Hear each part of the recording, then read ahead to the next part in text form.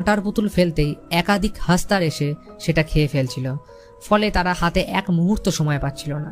বিনায়ক বুঝতে পারে তাদের এখান থেকে বেঁচে ফেরা সম্ভব নয়, তাই সে সব আটার পুতুল তার গায়ের সাথে লাগিয়ে দড়ি বেয়ে উপরে উঠতে থাকে, আর সমস্ত হাস্তার তাকে ফলো করে তার দিকে যেতে থাকে।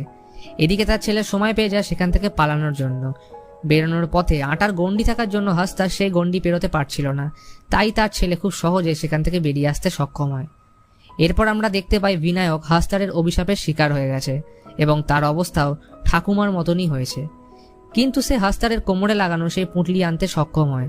সে চেঁচিয়ে তার ছেলেকে ডাকে এই পুঁটলি নেবার জন্য, কিন্তু তার ছেলে এটিকে নিতে অস্বীকার করে, কারণ সে বুঝে গেছিল এই অতিরিক্ত লোভের কারণেই তার বাবার মৃত্যু হয়েছে।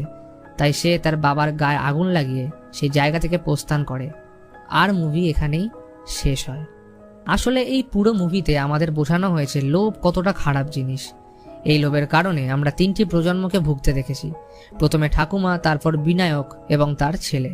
আপনারা যদি একটু খেয়াল করে দেখেন তাহলে প্রত্যেকটা প্রজন্ম যত এগোতে থাকে তাদের লোভ এবং কামের মাত্রাও বেড়ে যাচ্ছিল। কিন্তু যখন তার ছেলে এই পুটলিটিকে নিতে অস্বীকার করে, তখনই বিনায়কের মুখে আমরা একটি অদ্ভুত হাসি দেখতে পাই।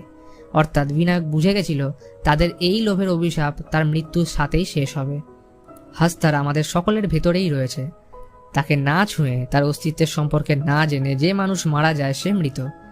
যে নিজের অন্ধকারকে জয় করে আপন করে আলোর পথে হাঁটে সে নির্বাণ লাভ করে।